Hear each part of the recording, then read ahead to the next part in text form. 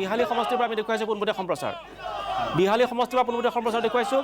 বিহালীত বিজেপিৰ প্ৰাৰ্থী দিগন্ত ঘাটোৱাল জয় হোৱাৰ পথ প্ৰশস্ত হৈছে আৰু ইয়াৰে উল্লাসত ভাৰতীয় জনতা পাৰ্টীৰ কৰ্মীয়ে ভাৰত মাতা কি জয় আৰু বিজেপি জিন্দাবাদ ধ্বনি দিছে।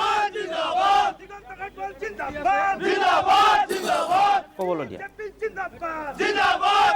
হেমন্ত বিজেপিৰ প্ৰাৰ্থী দিগন্ত ঘাটোৱালৰ জয়ৰ পথ প্ৰশস্ত হৈছে। বিজেপিৰ প্ৰাৰ্থী দিগন্ত ঘাটোৱালৰ জয়ৰ পথ প্ৰশস্ত হৈছে। সেয়েহে ভাৰত মাতা কি জয় আৰু বিজেপি জিন্দাবাদ ধ্বনি আমি শুনিবলৈ পাইছোঁ। কি জয় পথ প্ৰশস্ত নেকি? হয় নন্দন, যে বিজেপিৰ যিখন সমৰ্থক আছে তেওঁলোক যথেষ্ট উৎফুল্লিত হৈ পৰা পৰিলক্ষিত হৈছে, কাৰণ এতিয়ালৈকে ৮ম ৰাউণ্ডৰ যি ভোট গণনা সেই ভোট গণনা সম্পন্ন হৈছে আৰু এই যি ভোট গণনা এই ভোট গণনালৈ ৬৫১২টা ভোটত বিজেপি প্ৰাৰ্থী দিগন্ত ঘাটোৱাল তেওঁ আচলতে আগবাঢ়ি আছে। আৰু তাৰ কাৰণে দেখা গৈছে যে এইসকল বিজেপি কৰ্মীয়ে তেওঁলোকে এইদৰে উৎফুল্লিত হৈ পৰিছে আৰু তাৰ দৃশ্য আপোনাক পোনে পোনে দেখুৱাইছোঁ। जिंदाबाद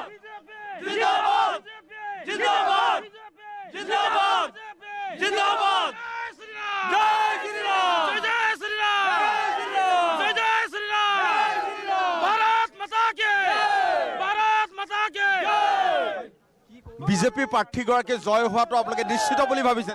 নিশ্চিত তেওঁ জিকিব। ইয়াৰ পৰা আমি আগতেই জানো তেখেতে জিকিব বুলি, কাৰণ ইয়াত বিহালী সমষ্টিত আমাৰ ভাৰতীয় জনতা পাৰ্টীৰ শক্তি ইমানেই মজবুত যে তাক কোনো আমাক গেলাব নোৱাৰে ইয়াত। গতিকে আজি জয় নিশ্চিত।